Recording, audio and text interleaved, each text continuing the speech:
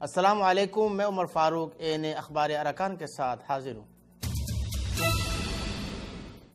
Arakan Myanmar میں جہاں Rohingya مسلمان بے بسی کے ساتھ برمی فوج کی وحشیانہ تشدد گرفتاریوں کا سامنا کر رہے ہیں، وہاں ہزاروں بے گھر اور عارضی پناہ لینے والے معصوم بچے اور خواتین بارشوں اور تیز سورج کی جلد کو جھلسا دینے والے کرنوں کے لیے ناکافی چھوٹی چھوٹی جھگیوں میں انتہائی ناگفتہ حالات میں زندگی گزارنے پر مجبور ہیں۔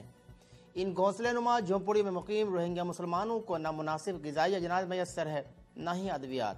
ان حالات میں ان کی زندگی خود ایک بوجھ بن گئی ہے۔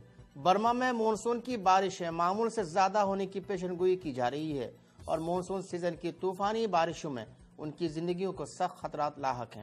ان میں سینکڑوں خاندان ایسے ہیں جن کے مردوں کو برمی فوجیوں نے بے دردی سے قتل کر دیا تھا، جو ان کو موسم کی سختی سے بچانے کے لیے تدبیر کر سکے۔ حکومت میانمار اراکان میں عالمی امدادی اداروں کو اراکان میں کسی قسم کی امدادی سرگرمیوں پر پابندی عائد کر رکھی ہے۔ میانمار میں بدھ انتہا پسندوں کی اثر و نفوذ میں تیزی سے اضافہ ہو رہا ہے۔ مذہبی انتہا پسندی عروج پر ہے اور اپنی جارحانہ سرگرمیوں کے ذریعے ملک میں عدم برداشت اور تشدد کو فروغ دے رہے ہیں۔ ان کی سرگرمیوں کو روکنے اور ملک کے دیگر مذہبی اقلیتوں کو تحفظ دینے کے لیے حکومت کوئی اقدام نہیں کر رہی ہے، جس کی وجہ سے ملک کے دیگر مذہبی اور نسلی اقلیتوں میں خوف و ہراس پایا جا رہا ہے۔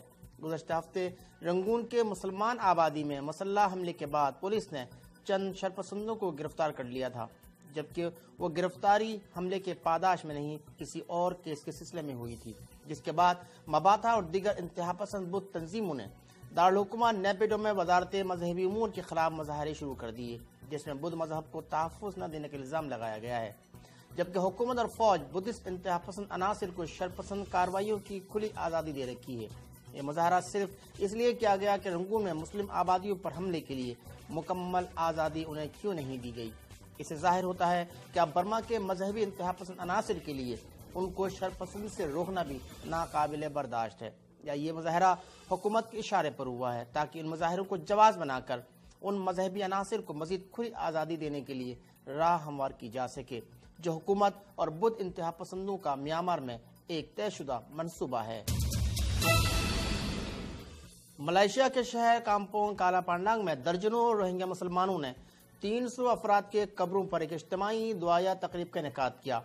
اس تقریب میں ملائیشیا کے مختلف شہروں میں رہنے والے روہنگیا مسلمان اپنے پیاروں کو بچھڑے 2 سال مکمل ہونے پر ایک طویل مسافت طے کر کے ان قبرستان میں آئے تھے، جہاں 300 روہنگیا مسلمان دفن ہیں۔ یہاں دفن ہونے والوں کا تعلق بورڈ کرائسس سے جڑی ہوئی ہے۔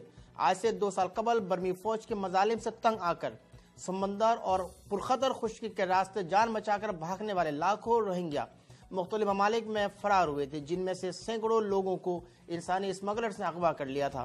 اغوا ہونے والوں سے بھاری تاوان طلب کیا گیا تھا اور تاوان کی عدم ادائیگی پر ایک بڑی تعداد کو تشدد کو قتل کر دیا گیا تھا۔ قتل ہونے والوں کو مختلف مقامات پر اجتماعی قبروں میں دفن کر دیے گئے تھے۔ چند ماہ بعد تھائی لینڈ کے پہاڑوں، ملائیشیا اور انڈونیشیا کے سرحدوں سے کئی اجتماعی قبریں دریافت ہوئی تھی، جہاں سے ان کی باقیات کو نکال کر ایک قبرستان میں تدفین کر دی گئی ہے، جہاں درجنوں لوگوں نے ان کے قبروں پر فاتح خوانی کی اور انہیں خراج عقیدت پیش کیا۔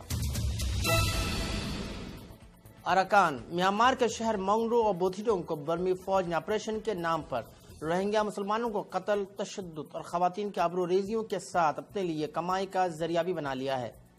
بے گناہوں کو گرفتار کر کے ان سے بھاری رشوت وصول کی جا رہی ہے۔ برمی فوج کی اعلیٰ ترین قیادت سے عام سپاہی تک اپنے طاقت و اختیار کے ذریعے نہ صرف مسلمان بلکہ عام برمی سے بھی بھاری رشوت وصول کرتے ہیں۔ برمی فوج میں کرپشن کی وبا 60 کی دہائی سے پھیلی ہوئی ہے۔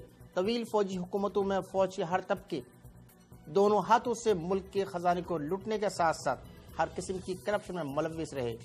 اس کا خاص نشانہ ہمیشہ مسلمان ہی بنے رہے۔ 9 اکتوبر کے بعد فوج نے اراکان کو روہنگیا مسلمانوں کے لیے مقتل بنا دیا ہے۔ بے گھر اور خوفزدہ بے گناہ روہنگیا مسلمانوں کو گرفتار کر کے رشوت کے ذریعے رشوت کا بازار گرم کیا گیا ہے۔ اراکان کا کوئی بھی گھر فوج کے مظالم سے محفوظ نہیں۔ موبائل فون، سبزی کاٹنے کی چھری رکھنا بھی جرم قرار دے کر گرفتار کر کے بھاری رشوت وصول کی جا رہی ہے۔ عدم ادائیگی پر شدید تشدد کا نشانہ بنایا جا رہا ہے۔ برما میں فوج کی کرپشن، لوٹ مار اور رشوت ستانی آج بھی ماضی کی طرح جاری ہے اور آنگ سان سوچی کی حکومت اسے روکنے میں مکمل طور پر ناکام ہو چکی ہے۔ یہ تھی اس ہفتے کی خاص اور اہم خبریں۔ اگلے ہفتے نئے خبروں کے ساتھ پھر حاضر ہوں گا، اجازت چاہتا ہوں۔ Press the bell icon on YouTube app and never miss another update.